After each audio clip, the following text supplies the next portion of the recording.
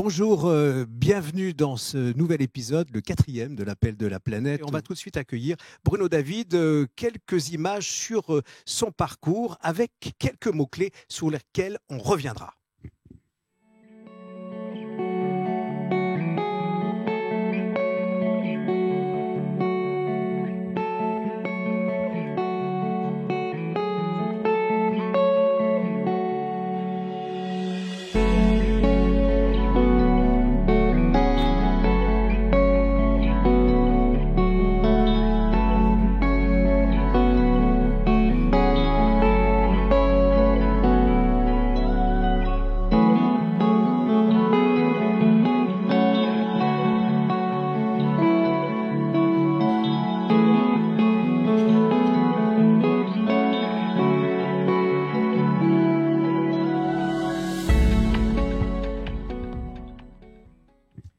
Bonjour Bruno David, bienvenue, ravi de vous retrouver ici dans ce décor, je disais en introduisant cet appel de la planète, bienvenue chez vous, chez nous, hein, c'est au fond ce qu'on ressent.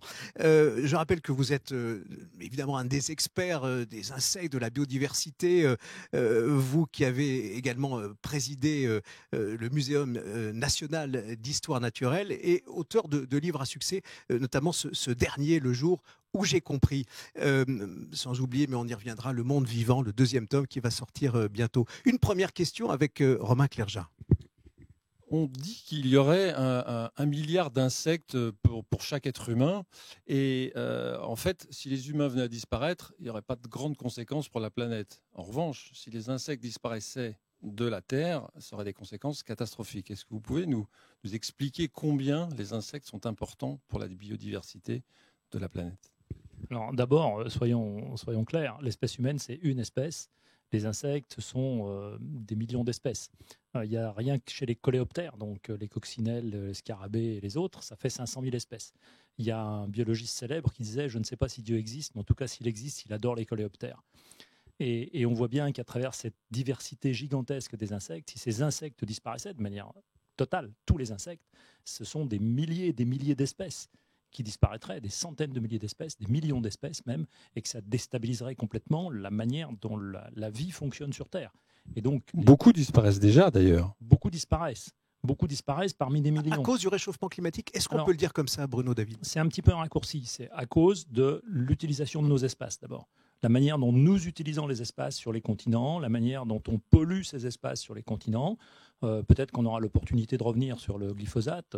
J'ai échangé rapidement en aparté avec les autres invités juste à l'instant, et c'est un vrai scandale, quoi. Je veux dire, la possibilité de réintroduire l'utilisation du glyphosate dans les 10 ans qui viennent, une demande européenne, c'est un scandale. Je veux dire, il faut appeler les choses, il faut appeler un chat un chat. C'est inadmissible qu'on soit face à quelque chose comme ça. Expliquez-nous mieux. Alors, c'est un produit chimique utilisé par des agriculteurs, qui est un insecticide extrêmement violent, qui est d'ailleurs toxique, y compris pour l'homme, et les premières victimes humaines en sont d'ailleurs les agriculteurs, qui agit à travers aussi des perturbateurs endocriniens, donc ça a des conséquences sur la santé, notamment chez les femmes enceintes, chez les embryons en train de se former, chez les bébés qui vont naître, chez les adultes qui vont respirer ça, ou qui vont ingérer ça à travers les fruits et les légumes que vous allez manger, qui sont des éponges à glyphosate, littéralement. Ils sont imprégnés par ces produits chimiques. Donc il y a des sujets de santé humaine et puis il y a des vrais sujets de santé environnementale. C'est un sujet de santé environnementale global qui risque de déstabiliser des écosystèmes en éradiquant ou en diminuant considérablement l'abondance de certaines espèces d'insectes qui vont manquer dans le fonctionnement de l'écosystème. Et on est en train de scier la branche sur laquelle nous sommes assis. Enfin, c'est pas possible de continuer comme ça. À partir du moment où on le sait, c'est pas possible. Tant qu'on le sait pas, on peut faire des erreurs par ignorance. Là, on fait une erreur en connaissance de cause. Et c'est ça que je trouve inadmissible. Alors l'erreur, on peut le dire aussi, Bruno David, elle est dans ce mouvement du climat qui nous touche, qui avait évidemment des conséquences sur la biodiversité. Les insectes, ils en souffrent.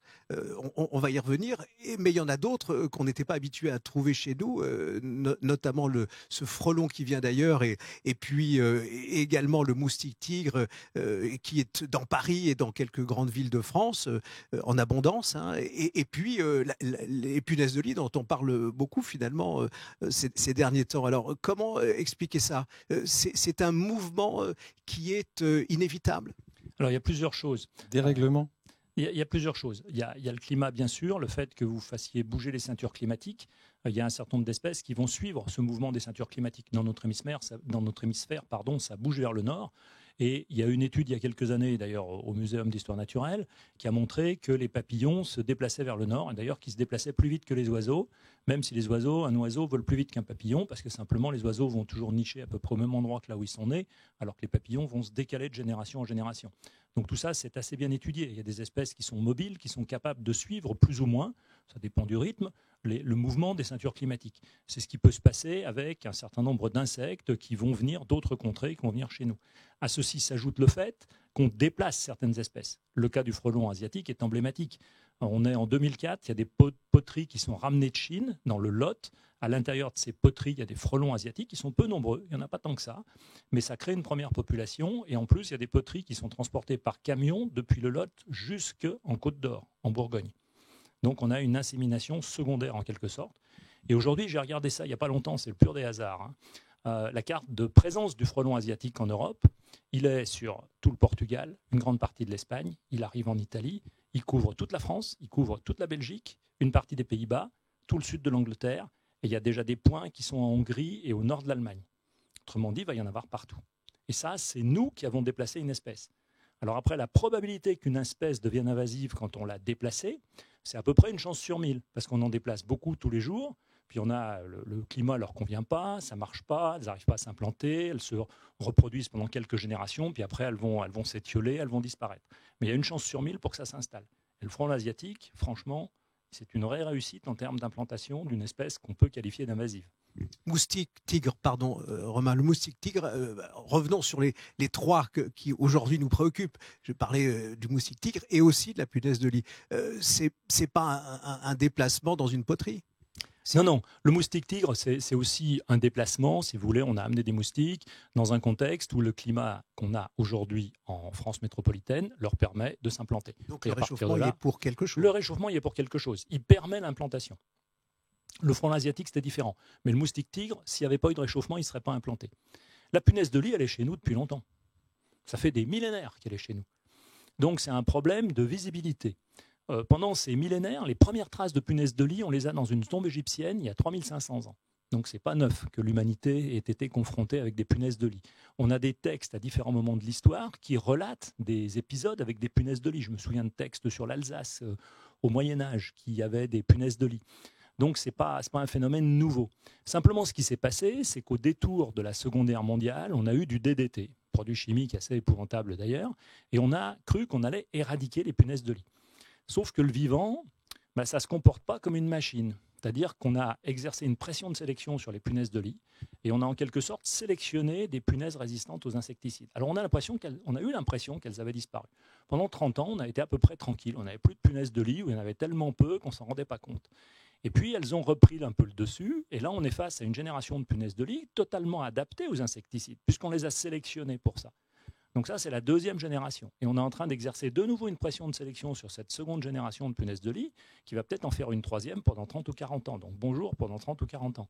Ça risque d'être pire. Mais c'est ça qui s'est passé.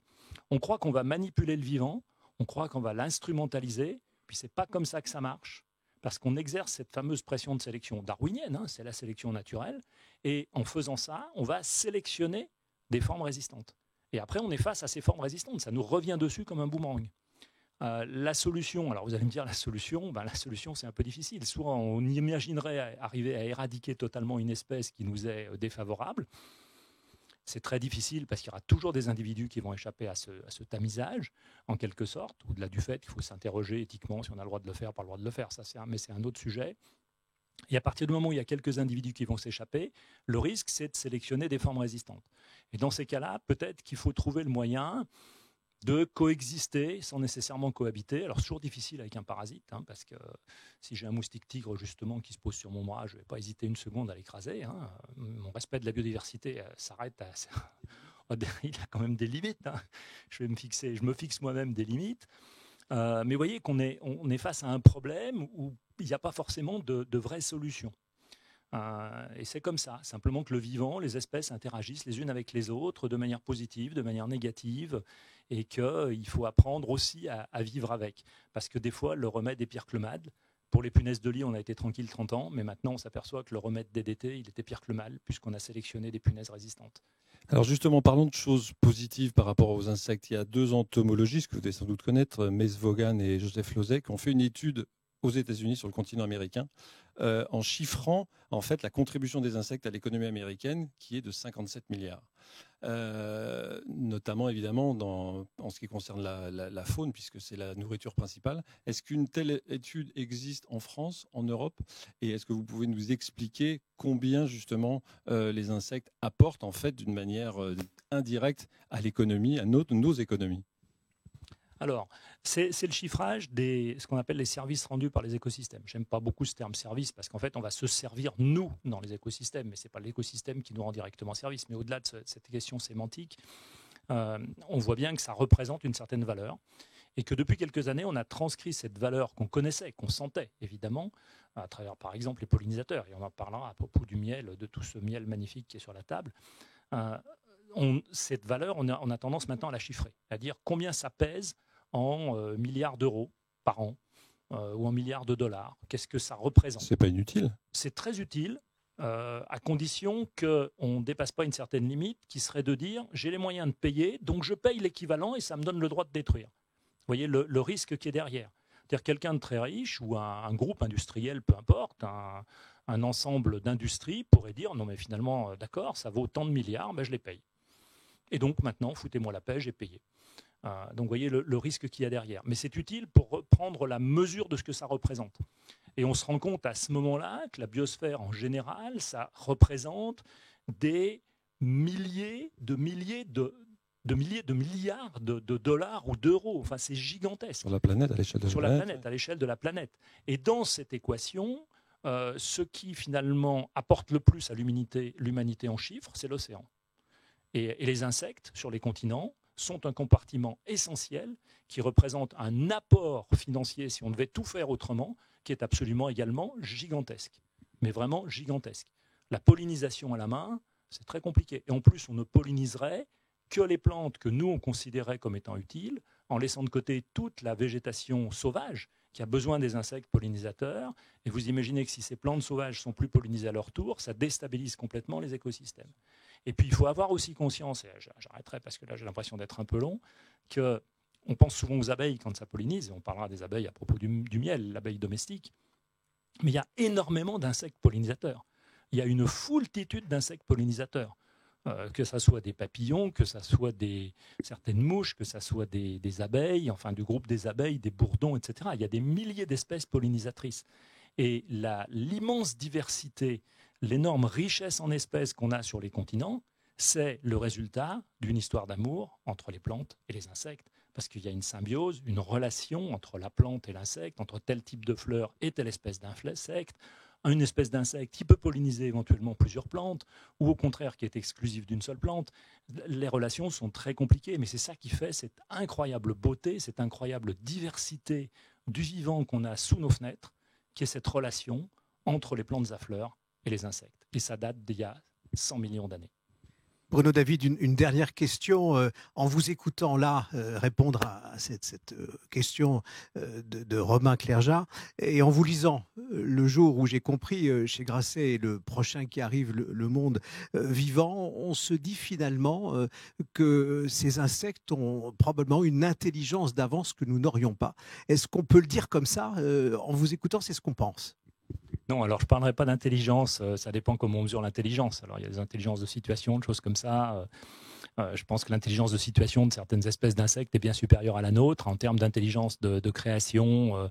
Certains insectes et certains insectes sociaux notamment, on peut penser aux abeilles, aux termites, aux fourmis, ont une intelligence collective absolument extraordinaire, aussi exceptionnelle. Mais je ne sais pas s'il faut mesurer les choses de cette manière-là, parce que sinon on ne porterait notre regard que sur les espèces que l'on considérerait comme intelligentes, à tort ou à raison en plus. Il faut avoir une forme d'empathie, je pense, pour le vivant qui nous entoure, une forme de curiosité et aussi une forme d'empathie pour le vivant qui nous entoure, qui nous permettent de le considérer comme étant un élément essentiel de la vie sur Terre et donc de notre vie à nous. Parce que c'est bien ça le fond du problème. Même si on n'avait aucune empathie pour le reste du vivant, pour des raisons strictement égoïstes, on devrait se préoccuper de sa survie, parce que c'est bien notre survie qui est derrière. Les espèces sont toutes en interaction les unes avec les autres. Nous avons tous besoin des autres espèces, et le meilleur moyen de nous détruire, c'est de détruire les autres. Merci Bruno. David, on va vous retrouver tout à l'heure pour entendre vos réponses aux questions des lecteurs, internautes, téléspectateurs de l'Appel de la planète autour des insectes et nous. Je rappelle le titre de votre livre, celui-ci, Le jour où j'ai compris, aux éditions Grasset et très prochainement le monde vivant. On va rester sur cette question pour accueillir Bernard Werber et son temps des chimères, son nouveau livre, son nouveau roman autour du vivant et de ce qui risque de se passer demain. Il pose la question, on va regarder ça avec lui dans quelques instants, mais surtout, restez avec nous. Voici son portrait en quelques images. Vous allez voir, il écrit, il travaille, il s'intéresse à notre monde depuis un endroit particulier, le bistrot. Je suis un type solitaire qui aime bien être entouré de gens. C'est-à-dire, je sens mieux ma solitude quand il y a plein de gens autour. Donc je ne travaille que dans les cafés. Je serais incapable de travailler chez moi dans une petite pièce fermée. Et dans le café, je cherche juste un endroit tranquille. Bon, là je l'ai trouvé ici dans mon quartier. Et un endroit où il n'y a pas la musique trop fort. Ils mettent surtout pas du jazz avec des voix tonitruantes et de la trompette le matin. Et un endroit où les gens ne parlent pas trop fort, qu'il n'y ait pas trop de brouhaha. Et où je peux me concentrer. Quand la musique ou le brouhaha devient trop fort, je peux m'isoler avec le casque, comme ça. Et là, je mets des musiques de film pour me laisser emporter. Ça dépend aussi des scènes. Il y a des scènes qui nécessitent la musique de film. Donc en fait, avec ma musique de film et mon texte, je suis vraiment ailleurs.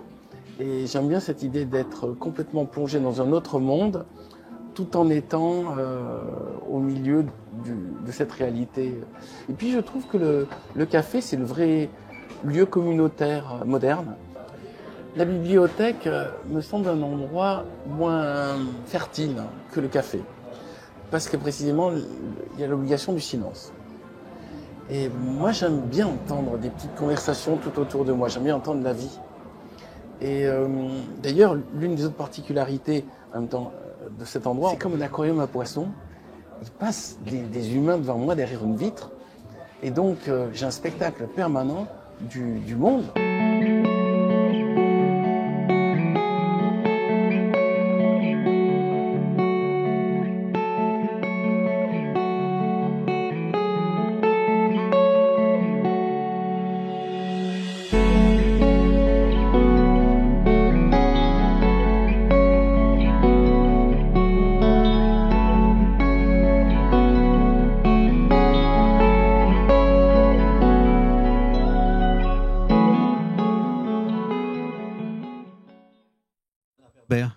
Bienvenue ici, autour des insectes et nous finalement, c'est un sujet que vous connaissez bien, qui vous inspire de nombreux livres, de nombreux succès. Bien sûr, il y a les fourmis et puis là, ce temps des chimères. On va y revenir en détail parce qu'il pose beaucoup de questions et notamment on peut y trouver des liens avec la grande question des insectes et de cette faune qui nous entoure. Mais avant, une première question, Bernard Werber, est-ce que vous pouvez nous donner des nouvelles des fourmis? Elles vont bien? Quelle est leur actualité? Les fourmis sur toute la planète? Les fourmis autour de chez nous, etc. Avec ce mouvement du climat. Il y a une invasion actuellement en Corse de fourmis de feu. Donc, tout à l'heure, vous parlez du frelon asiatique. Non, les fourmis subissent les mêmes problèmes qu'ont les abeilles, à savoir les produits chimiques, le réchauffement climatique, et puis l'arrivée d'espèces invasives. Il y avait je me rappelle quand j'avais écrit les fourmis d'Argentine, qui avaient été amenées avec des lauriers roses qu'on avait mis sur la côte d'Azur et donc c'est une espèce invasive, c'est-à-dire elles ont détruit nos espèces locales. Et maintenant, il y a ces fourmis nouvelles qui viennent du sud et qui sont en train d'attaquer la Corse. Donc non, les fourmis visent elles aussi notre mauvaise influence. Alors, Bernard Werber, les fourmis de feu, là, on va s'arrêter une seconde. Je m'adresse à la fois aux scientifiques aussi que vous êtes, que vous avez été, et aux romanciers. Ces fourmis de feu, il faut expliquer. On nous dit qu'elles piquent, mais elles déclenchent des douleurs terribles. Alors, je vais vous décevoir. Je crois que c'est la première fois que je vais dire ça, mais je me suis pas assez intéressé au sujet, puisque ça ne fait pas l'objet d'un de mes romans, pour me développer. Et vu que j'ai entendu tout à l'heure Bruno qui parlait de manière vraiment scientifique, je voudrais pas vous dire de bêtises. Donc, je passe la question. Joker. Le temps des chimères, Bernard Werber. Alors l'idée, elle part d'un constat scientifique, et puis vous mettez en scène Alice, votre personnage principal, et vous posez la question de ce que va devenir l'espèce, mais aussi notre espèce humaine, demain, face à tous ces chocs que nous rencontrons et que nous connaissons. Bien sûr, il y a le climat, mais pas que, avec cette sécheresse, ces séismes nombreux, ces tsunamis, etc. Il faut planter le décor de cette hypothèse. La greffe, l'évolution, la transformation, la mutation, devenir un peu un homme et un peu un insecte, ça fait partie d'une hypothèse sur laquelle vous êtes. Alors, tout d'abord, il faut voir une chose que je trouve étrange. Tout à l'heure, Bruno parlait de 500 000 espèces de coléoptères. Il n'y a a priori qu'une seule espèce d'être humain.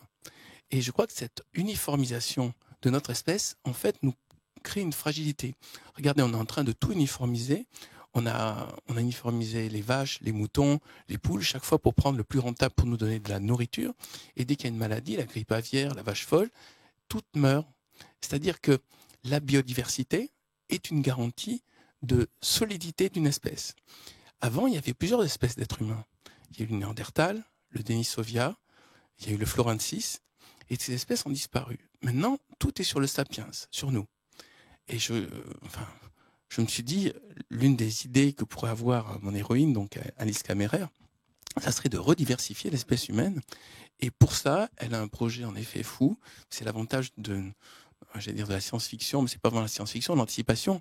C'est que j'ai poussé une idée qui a l'air un peu étrange, mais qui en fait... C'est une provocation d'une certaine manière, mais qui repose sur des hypothèses scientifiques. Il y a des scientifiques qui s'y intéressent. C'est l'hybridation. L'hybridation, c'est-à-dire mélanger des cellules animales avec des cellules humaines pour obtenir un hybride. Alors j'avais été frappé parce que le Japon a autorisé le mélange entre les cellules animales et les cellules humaines l'année dernière.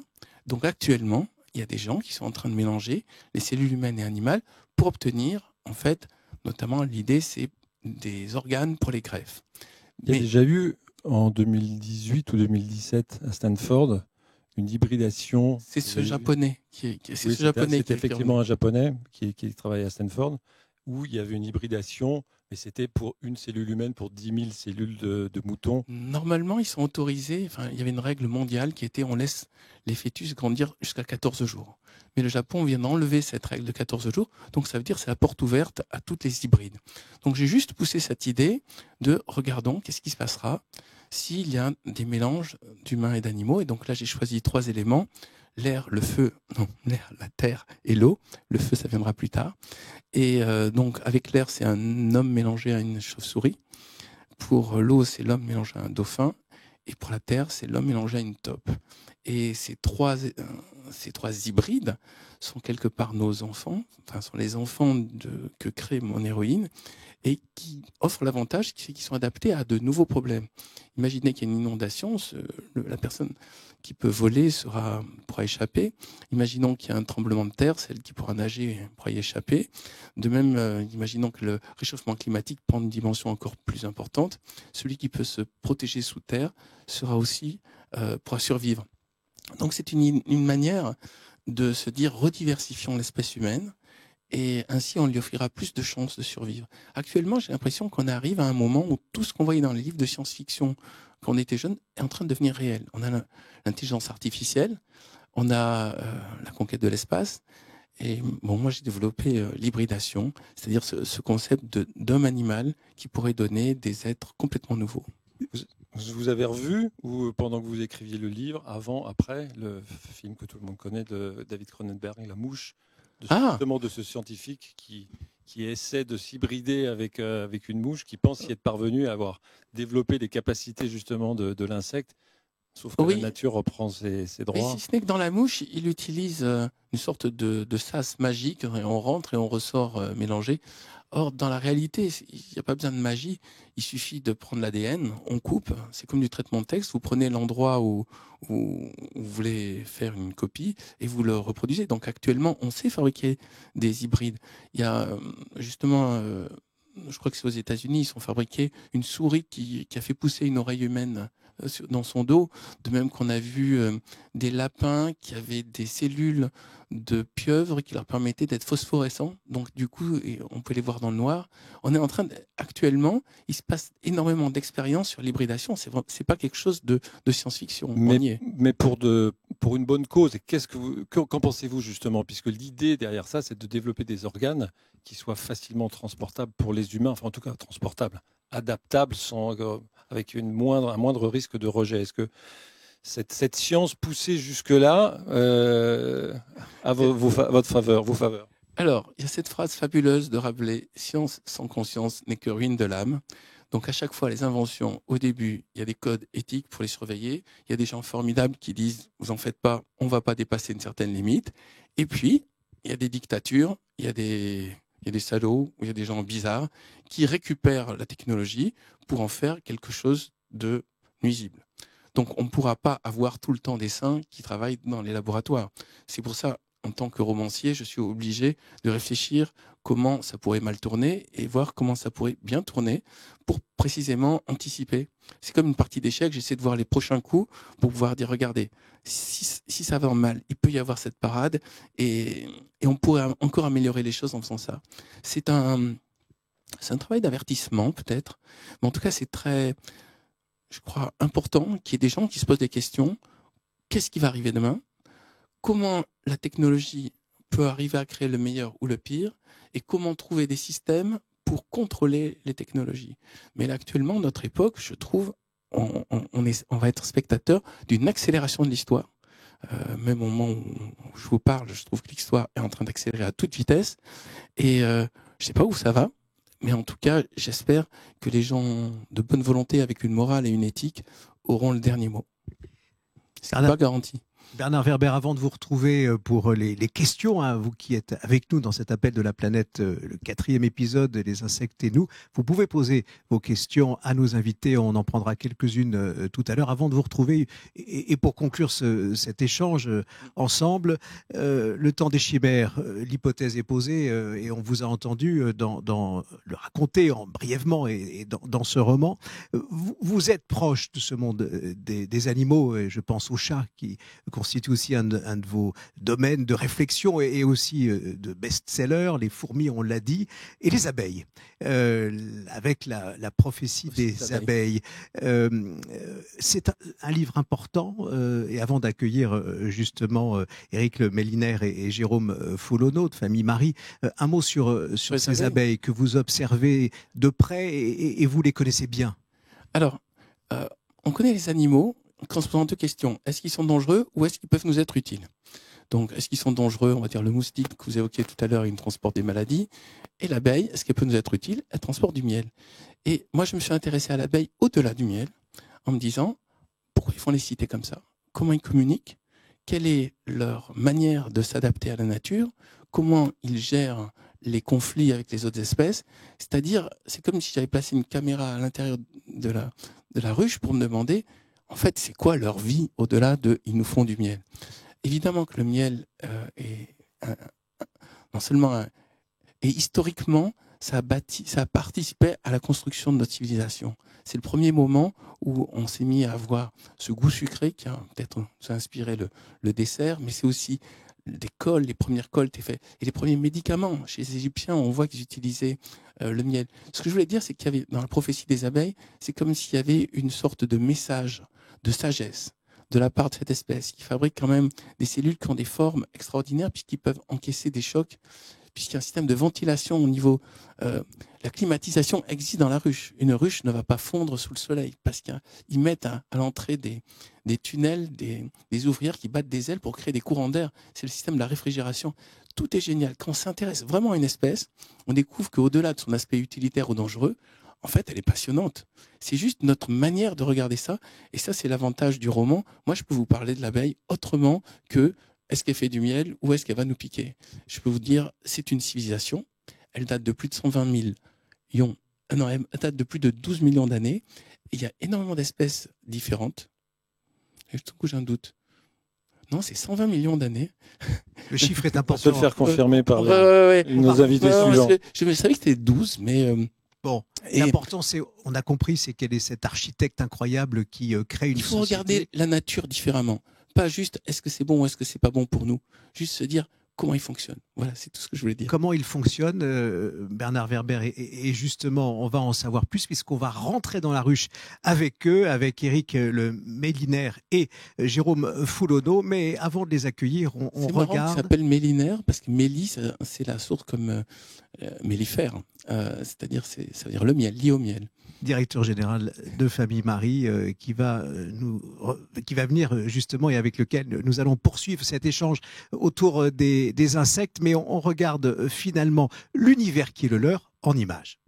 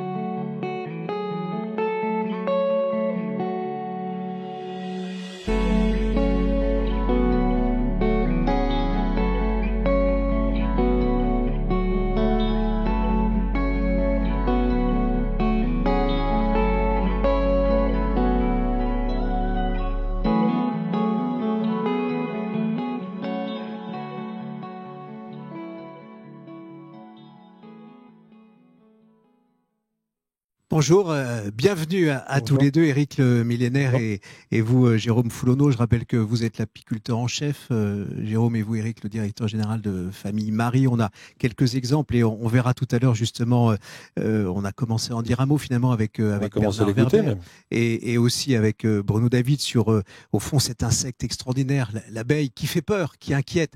Et il faut dire aussi que c'est au fond un animal, un insecte qui souffre dans ce monde-là, à cause notamment de cette sécheresse que l'on a vécue et qu'on continue à vivre avec ce réchauffement d'un automne incroyable que nous vivons en octobre. Alors, quelles sont les explications? Il y a deux impacts, directs et indirects.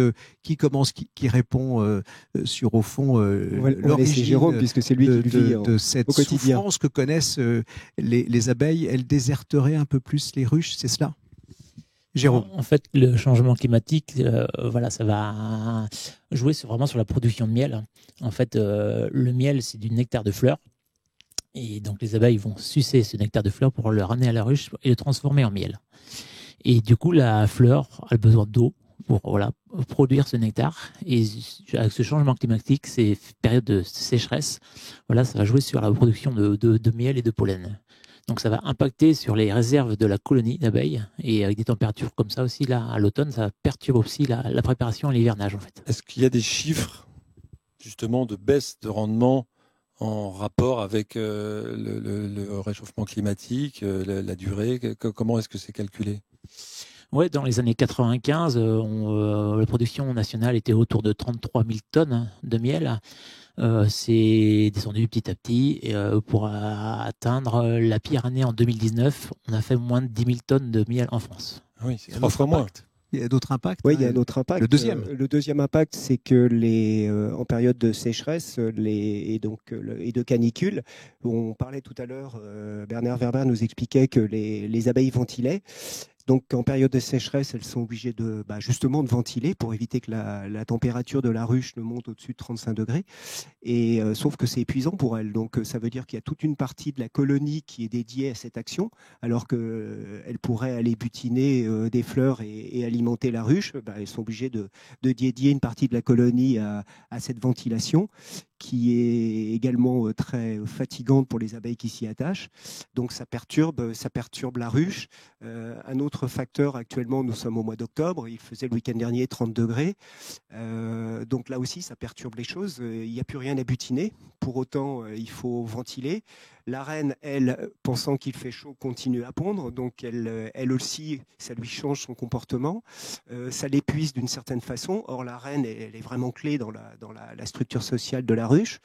Donc, il y a plein de phénomènes qui se passent. Et en fait, c'est un petit peu, en écoutant à la fois ce que disait Bruno et ce que disait Bernard tout à l'heure, on se rend compte que l'être humain, d'une certaine façon, il joue un peu à l'apprenti sorcier. Et en fait, il ne sait pas très bien où il va. Et je crois qu'il y a une forme d'arrogance aujourd'hui sur laquelle il faudrait revenir, c'est que chaque espèce sur Terre, elle a sa raison d'être. Elle peut être intelligente ou pas intelligente, c'est pas le sujet. Elle a sa raison d'être. Et je pense que si l'homme prenait un peu conscience de ça et y apportait un plus grand respect, il y a pas mal de choses qui iraient mieux. Vous le dites certainement, Éric et Jérôme, également parce que vous êtes en contact direct et quotidien, j'allais dire presque 24 heures sur 24 avec ce monde des abeilles. Parlons de la ruche. Allez, on se laisse guider par vous.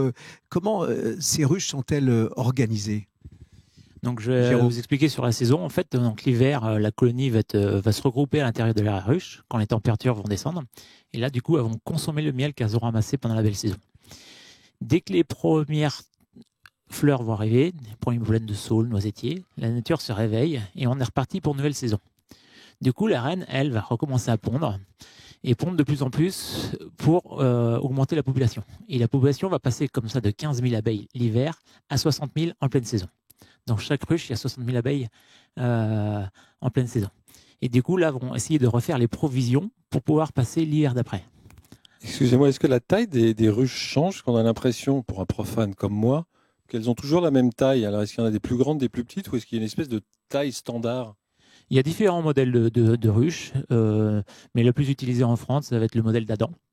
Voilà, donc, mais il y a, en fonction de l'apiculture, ce qu'on peut faire. Et justement, pour reprendre l'image de Romain, c'est une taille importante, imposante, un chiffre peut-être? Elle grandit en fait en fonction de la saison. Voilà, l'hiver, on va prendre soin de nos colonies, on va bien les mettre au chaud, alors on va les resserrer à l'intérieur de la ruche. Et dès que le printemps va arriver, dès que les premières températures vont monter, on va commencer à grandir la ruche et après, on va pouvoir mettre des étages, ce qu'on appelle une hausse, sur la ruche. Et c'est là où elles vont venir stocker le surplus de miel. Et du coup, la ruche, on peut monter les étages comme ça. Et voilà. C'est pour ça qu'on a l'impression qu'elle grandit. Éric, dans cette organisation, elles sont, dit-on, alors on le sait, c'est un mot utilisé des architectes, mais aussi directrices, présidentes, enfin ces abeilles ont presque tous les rôles et tous les métiers. Elles sont très, très organisées. Alors d'abord, c'est une société hyper organisée. Pour la petite histoire, moi, la première fois que Jérôme m'a convié à aller visiter une ruche, d'abord, comme beaucoup de gens, j'imagine, de nombreux auditeurs, j'étais un petit peu inquiet parce que j'avais peur de me faire piquer. Il y a toujours cette angoisse quelque part qu'on a dans un coin de l'esprit. Ce qui m'a surpris, la première chose, c'est d'abord que l'apiculteur, d'une certaine façon, communiquait avec sa ruche, et notamment en annonçant notre arrivée avant d'ouvrir la ruche. Et la deuxième chose, lorsque la ruche a été ouverte et quand j'ai pu voir c'est pas un animal qu'on voit, c'est pas comme au zoo. On voit tout d'un coup une société en pleine vie, en pleine action. Et c'est extrêmement émouvant parce que vous voyez ça grouille, vous voyez des naissances de petites abeilles, de petites larves qui sont en train d'éclore.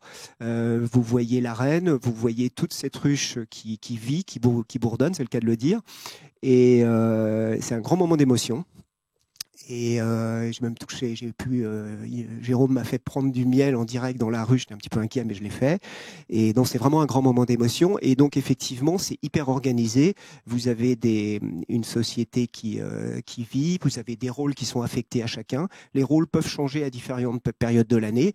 Vous avez des soldats, vous avez des nourricières, vous avez des ventileuses, vous avez bien sûr la reine, vous avez les bourdons, enfin les faux bourdons. Enfin voilà, il y a tout un rôle vous avez des gardiennes. Enfin, il y a toute la reine est précieuse. Hein. Alors la reine est hyper précieuse puisque c'est elle qui a la tâche importante de pondre des larves qui vont permettre de faire vivre la ruche, puisque la durée de vie d'une abeille est de quelques semaines, et donc il faut constamment renouveler le cheptel, je dirais. Et donc ça, c'est le rôle qui est attaché à la reine. Et la ruche est capable de coup d'état, c'est-à-dire que si à un moment donné les abeilles pensent que la reine ne fait pas bien son travail ou devient vieillissante ou faiblissante, eh ben, elles vont provoquer un coup d'état et entre guillemets renverser la reine. Donc il y a vraiment différentes analogies avec la société humaine. Mais en tout cas, c'est riche d'enseignements et c'est fabuleux à découvrir. Quand on voit les images. Pardon Romain, juste une question, après je te laisse la parole. Quand on voit les images, hein, pour vous présenter, et notamment à un moment donné, ces images stupéfiantes, on n'oserait pas. Vous êtes recouvert, vous Jérôme, je ne sais pas si Eric... Non, moi je ne l'ai pas fait, je n'ai pas osé. Ce moment d'initiation, c'est très impressionnant. C'est nécessaire pour sentir finalement si on est en communion avec les abeilles. Non, c'est pas nécessaire, mais c'est le plaisir d'avoir la sensation d'avoir toutes les abeilles sur soi. Et en fait, qu'est-ce que ça fait? Ça picote, ça chatouille, ça fait quoi? En fait, ça tire un peu la peau. En fait, les abeilles vont sortir de la ruche et monter sur notre corps, et en fait vont tirer la peau et vont battre des ailes et pour envoyer leur odeur, pour appeler leurs copines, leurs sœurs exactement. Parce on appelle ça abattre leur appel. Et on vont se monter comme ça les unes sur les autres et ils vont monter tranquillement sur le corps comme ça et sans danger. Mais cette communion avec les abeilles, une sacrée maîtrise soi-même, oui. Et au fond, voilà. Les aimer particulièrement et comprendre leur langage. Il y a un langage. Oui, il y a un langage. Jérôme, Eric. Il y a un langage très, très spécifique à la colonie, notamment pour aller chercher le miel. En fait, voilà, Eric disait tout à l'heure, les abeilles vont passer par plusieurs rôles différents. Elles vont passer par 7 métiers différents. En fonction de leur âge, l'abeille va évoluer en fait. Donc elles vont passer par différents métiers et arriver juste avant d'être éclaireuses, vont devenir butineuses, avant de devenir éclaireuses. Et c'est là où elles vont sortir de la ruche pour aller chercher le nectar des fleurs. Donc c'est à elles de trouver le nectar des fleurs. Et quand elles auront trouvé cette source de nourriture pour la ramener à la ruche, elles vont faire une petite danse à l'intérieur de la ruche. On appelle ça la danse des abeilles. Elles vont informer un chiffre, soit un 0 ou un 8. Et ça, ce sont des codes pour indiquer la direction aux butineuses. Donc, quand on soulève les cadres, voilà, on va voir les abeilles danser, faire ce chiffre, tout en battant des ailes, et pour indiquer vraiment la position du nectar. Eric ? Oui, bah ça c'est incroyable parce qu'en fait l'abeille arrive à communiquer, enfin la fameuse éclaireuse qui a repéré un emplacement où il y a du nectar, va arriver devant la ruche, comme l'explique Jérôme, et en fait elle va communiquer l'endroit précis où se rendre. Et c'est ça qui est fou parce que en fait, à travers sa danse, elle va dire voilà, vous allez plus à l'est, plus à l'ouest, à telle distance. Et en fait, ensuite, l'ensemble des abeilles va se rendre sur le lieu dit qui a été communiqué par cette éclaireuse. Donc en fait, il y a un langage des abeilles, quoi. Romain ? Moi, j'ai une petite question pour vous, Jérôme, un peu indirecte, qui m'est venue en regardant hier soir. Il y a un documentaire sur David Beckham qui est sorti sur Netflix, et ça commence où il est en tenue d'apiculteur. Et il montre ses ruches, et il recueille le miel, et il explique que c'est un de ses hobbies, et qu'il aime ça parce que ça l'apaise, c'est un mouvement particulier, même il a du mal à trouver les mots. Donc, je voudrais est-ce que vous nous expliquiez en fait quelles sont les émotions qu'on ressent justement dans ce travail? C'est vraiment un monde passionnant, l'abeille. En fait, l'hiver, on va laisser tranquille. Elles ont fait leurs provisions pour l'hiver. Et quand on redémarre la saison, on va voir toute cette colonie en mouvement, la population évolue en fonction de la saison et tout le travail qu'elle peut faire. La colonie est très, très intelligente. Comme disait M. David tout à l'heure, elles vont bâtir d'une certaine façon pour stocker un maximum de miel. Les alvéoles sont très... Quelles sont les émotions que ça vous procure à vous? Parce que apparemment, c'est un hobby pour d'autres gens qui est comme le vélo ou comme le Scrabble, c'est de cultiver le miel parce que ça procure des émotions particulières. C'est voir la vie d'une ruche. En fait, quand les abeilles vont sortir, ramener le pollen, le nectar, ça va être vraiment très... C'est la zen attitude. Ouais, Vous l'avez ressenti. Je vais prendre la parole parce que Jérôme vous dira pas tout. Mais vous l'avez ressenti, vous, Eric, hein, Moi, je l'ai la première ressenti, mais fois moi, je suis un que vous avez néophyte. rencontré les Moi, je abeilles. suis arrivé, j'ai découvert effectivement ce monde et j'ai trouvé que c'était vraiment riche en émotions. Mais je sais que Jérôme, par exemple, quand il va voir ses ruchers, alors il se trouve que nous, chez Famille Marie, chaque collaborateur, chaque ruche, finalement, porte le nom de l'un des collaborateurs. Ou autrement dit, chaque collaborateur a sa ruche. Et du coup, Jérôme, en fait, quand il va voir les ruches, finalement, ça lui permet d'identifier aussi telle ou telle ruche. Et il leur parle. Il vous le dira pas, mais il leur parle à ces ruches. C'est un peu rigolo. Et Quel mot, par exemple, pour ça, c'est lui qui va vous le dire. exemple sur vous. Mais en fait, là, ce sont nos abeilles. Donc moi, je les appelle mes filles. Donc voilà, quand on voit les abeilles commencer à s'exciter, donc voilà, on leur parle, on dit doucement les filles et tout, ça va bien se passer. Donc, et ce que vous dira pas Jérôme non plus, c'est le rôle de l'apiculteur. C'est-à-dire déjà, tout à l'heure, on parlait de la ruche en disant qu'il y avait des hausses. En fait, un apiculteur responsable, et c'est ce que nous faisons chez Famille Marie, ne prélève que ce qui ne va que le surplus, si vous voulez, produit par les abeilles. C'est-à-dire qu'on laisse la ruche vivre. Les abeilles ont besoin de passer l'hiver, elles ont besoin de réserve, et on ne prélève que le surplus, c'est-à-dire cette fameuse hausse. De façon à ce qu'en aucun cas, les quantités préservées ne mettent à risque les seins d'abeilles pendant la période hivernale. Donc ça, c'est le premier point. Et le deuxième point, c'est que l'apiculteur, il a le rôle, il a une responsabilité un petit peu, enfin, il les appelle ses filles, mais il a un peu une responsabilité de père de famille. Il doit protéger son essaim et assurer la bonne santé de son essaim, que ce soit contre les différents parasites qui existent ou que ce soit en cas de famine, entre guillemets. Il fait ce qu'il faut. Et donc, c'est une présence au quotidien, c'est une présence régulière pendant l'été pour la période des récoltes, enfin pendant le printemps-été, mais également pendant l'hiver. Il y a vraiment une proximité et une responsabilité. C'est-à-dire que c'est peut-être ça d'ailleurs qui répond à votre question. Quel est le côté magique ? C'est parce qu'on est responsable, c'est notre ruche, c'est notre essaim. Et enfin, voilà, Et puis derrière, au fond, ce travail qui est le vôtre, il y a ces différents produits. On a quelques exemples justement ici dans ce studio. Alors, il y a ce miel sous différentes formes. On peut en prendre quelques-uns. Bon pour la santé, bon à goûter, à savourer. Il y a à la fois de la gourmandise. Est-ce que le miel a réellement des propriétés curatives ? Alors d'abord, il n'y a pas un miel. Il y a des miels. C'est le premier point. Et puis il y a plein d'autres. Il y a différents produits de la ruche. Donc, pour faire très simple, il y a 4 produits majeurs dans la ruche.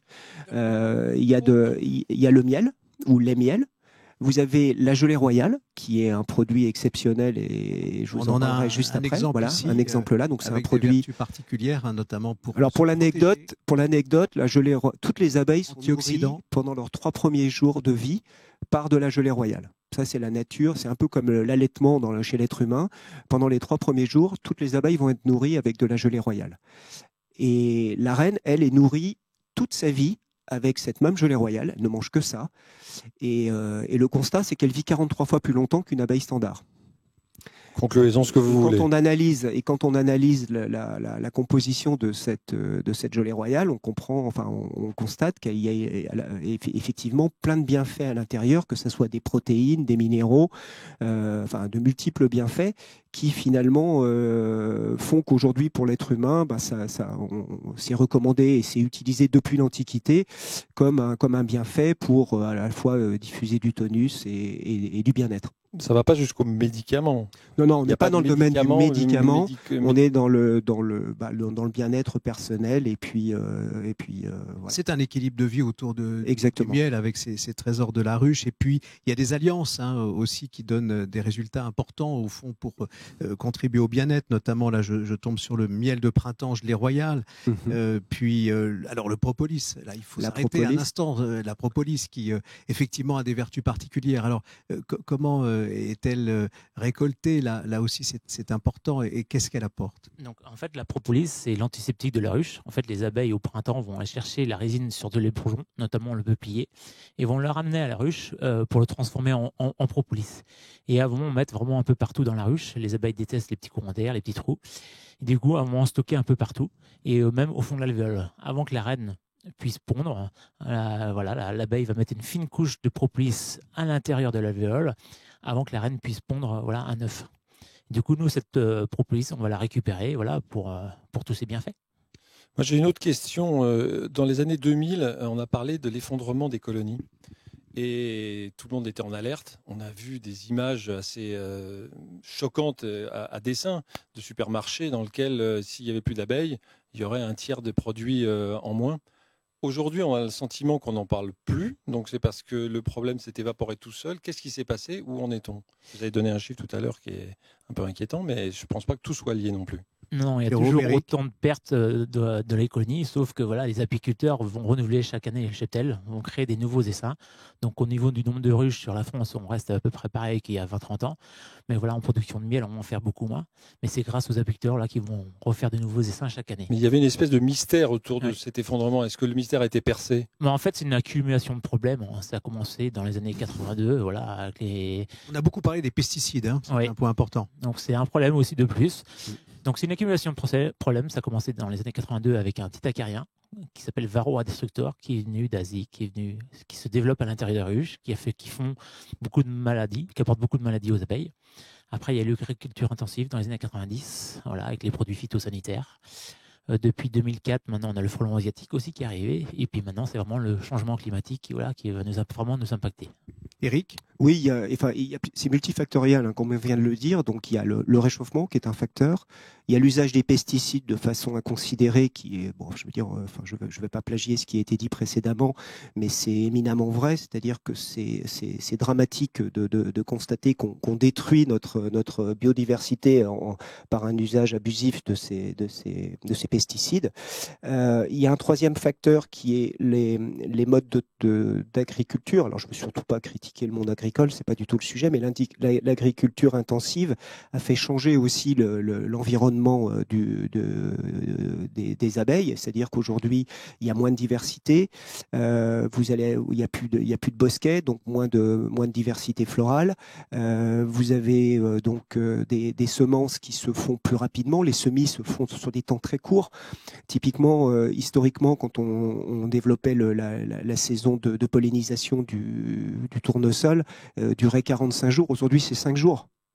Donc vous divisez le temps par 5, du coup il ne faut pas s'étonner qu'à un moment donné les abeilles aient moins de temps pour produire et qu'au final on produise moins, si vous voulez, par ruche. Donc il y a plusieurs facteurs qui influent sur le monde des abeilles, c'est dur. Et puis il y a évidemment tous les parasites qu'on a cités, que ce soit le frelon asiatique qui a été importé ou d'autres parasites qui ont été importés. Donc c'est vrai que la vie des abeilles aujourd'hui est compliquée. Alors on peut rester confiant parce que la nature est résiliente et les abeilles le sont aussi. Elles inventent des défenses, elles savent s'organiser. Mais surtout, ce que je voulais dire, c'est qu'il ne faut pas perdre de vue, tous ces bienfaits de la ruche, que ce soit la gelée royale, le miel, le pollen ou la propolis, c'est connu et utilisé par l'homme depuis la nuit des temps. Il suffit de reprendre les traités de médecine de l'Antiquité ou du Moyen-Âge, vous retrouvez tout un tas d'usages de ces produits. Nous, on est convaincus qu'ils sont pleins de bienfaits pour l'être humain. Notre rôle d'ailleurs en tant qu'entreprise, c'est justement de faire découvrir tous ces bienfaits au plus grand public. Nos engagements d'ailleurs. Clairement l'un de nos engagements. Et le second engagement, c'est, alors bien évidemment, nous sommes une PME, donc on ne peut pas lutter contre des grands groupes en termes de moyens financiers, mais nous, tout ce qu'on fait, on mène de nombreuses actions pour essayer justement de défendre le monde des abeilles, de défendre la biodiversité. On aide un certain nombre d'apiculteurs à s'implanter, on finance aussi certaines associations d'apiculteurs lorsqu'elles entament des actions juridiques contre l'usage abusif des pesticides. On a fait un certain nombre de choses là-dessus. Et puis surtout, on veille dans nos magasins. On a la chance d'avoir une 40aine de magasins. On organise des événements où un apiculteur va venir expliquer son métier. C'est très pédagogique. Hein. Et voilà, on essaye en fait, c'est un peu la parabole du colibri. On n'est pas une grosse société, mais on fait tout ce qu'on peut pour aider pour propager les bons messages auprès du grand public, pour sensibiliser à la défense de cet univers. Parce que franchement, quand on voit à la fois les bienfaits et quand on voit ce monde, la magie de ce monde des abeilles, ce serait dommage de le laisser s'abîmer comme on le fait aujourd'hui, quoi. Alors les trésors. Moi, j'ai une dernière petite question anecdotique. Quel est le miel le plus rare et forcément sans doute le plus cher du monde, et pour quelle raison? Rare. Il y en a un qui est là. Hein. Alors ça c'est la gelée royale. C'est la gelée royale qui est particulière. C'est particulier, ouais. C'est pas proprement parler le miel. doré comme ces trésors. Aujourd'hui, d'or. vous avez un miel dans le monde qui a une certaine réputation, qui est le miel de Manuka, qui est un miel d'origine Nouvelle-Zélande. Pourquoi il a cette réputation? Il est meilleur que les autres? Parce qu'il est censé avoir des propriétés aphrodisiaques. intéressantes. Non, j'ai entendu parler d'un sujet là-dessus. Je pense que c'est un peu fallacieux comme sujet, le côté aphrodisiaque du miel. Pour vendre quelque chose, dire que c'est aphrodisiaque, c'est toujours une bonne idée. Voilà. Et nous, en tout cas, parmi ceux qui sont développés, parce que nous, chez Famille Marie, on s'interdit d'acheter du miel hors de l'Europe. On privilégie le miel français en priorité, et puis il y a certains miels qu'on ne trouve pas en France. Le miel des régions d'ailleurs, il y en a ici. Et alors évidemment, il y a certains miels qu'on peut pas trouver en France. Quand vous cherchez des miels, par exemple d'agrumes, il faut aller chercher dans les pays Italie, Portugal ou Espagne. Donc on est obligé d'étendre un petit peu notre sourcing. Mais on s'interdit d'acheter hors de l'Europe parce que faut se dire les vérités aussi. Il y a tous les miels qui viennent hors de l'Europe sont pas tous composés que de miel. Certains sont frelatés. Donc on est nous extrêmement vigilants là-dessus. On est également très présent dans la proximité avec les producteurs. On est nous-mêmes producteurs. Donc quand on achète d'autres miels pour compléter nos besoins, on connaît nos producteurs, on visite leurs ruchers, on est très présent parce que c'est ça qui fait la qualité. En plus, ça ne nous interdit pas aussi de faire tout un tas de contrôles à la fois pour s'assurer qu'il n'y ait pas de pesticides dans le miel ou que l'origine du miel, quand on dit que c'est la pollinisation, soit la juste pollinisation, que si c'est un miel annoncé comme un miel de tilleul, c'est bien un miel de tilleul et pas un miel d'autre chose. On fait tous ces contrôles, on travaille le sourcing et en tout cas, on s'interdit d'aller à l'étranger. Et donc, en France et en Europe, le miel important est celui qui aujourd'hui est peut-être un petit peu moins disponible, c'est le miel de thym. Alors, on va justement... vous en avez dit beaucoup et c'est important. Il faut qu'on en laisse un petit peu aussi pour les questions des internautes, lecteurs, spectateurs. Et on va élargir le cercle. Et je vais vous demander, Bruno David, de nous rejoindre, accompagné de Bernard Werber. Vous êtes là avec nous. On va prendre les questions. Jérôme, c'est vrai que au fond, on est tenté, pour conclure, de vous demander quelles sont les pratiques. Vous avez changé votre façon de vivre avec ce qu'on nous dit. D'ailleurs, Bruno David, dans le jour où j'ai compris, lui a ouvert les yeux sur la nécessité de changer son comportement. Est-ce que, Bernard Werber, votre vie a changé depuis qu'on est conscient de ce monde qui va vers ces bouleversements climatiques? Ma vie n'a pas vraiment changé, mais par contre, je suis plus conscient. Et dans mes livres, j'essaie de faire prendre conscience de ça aux lecteurs, de leur dire, attendez, on est une forme de vie, il y a d'autres formes de vie, on est connecté à ces autres formes de vie. Si jamais nous détruisons ce qui nous entoure, nous détruisons nous-mêmes, ce qui a été aussi évoqué tout à l'heure. Et rien que prendre cette conscience de ça, ça change tout. On n'est plus que consommateur, on n'est plus un animal qui se sent au-dessus de tous les autres animaux. On fait partie d'un système harmonieux, et si on essaie de s'en dégager, ça va nous revenir sur la gueule. Éric Le Millénaire et je partage complètement ce qui a été dit. Je pense c'est le rôle de chacun. Je pense qu'il y a des gens, tout le monde n'est pas égal, tous les gens ne sont pas égaux, certains ont pris conscience, d'autres pas encore. Et je pense que le rôle de ceux qui ont pris conscience, c'est de travailler à aider les autres à faire de même. C'est très important, c'est pour ça que nous, dans nos magasins, on travaille dans ce sens, on communique avec nos clients. Alors c'est à notre petit niveau, bien sûr, mais cette émission est également l'occasion de travailler dans ce sens.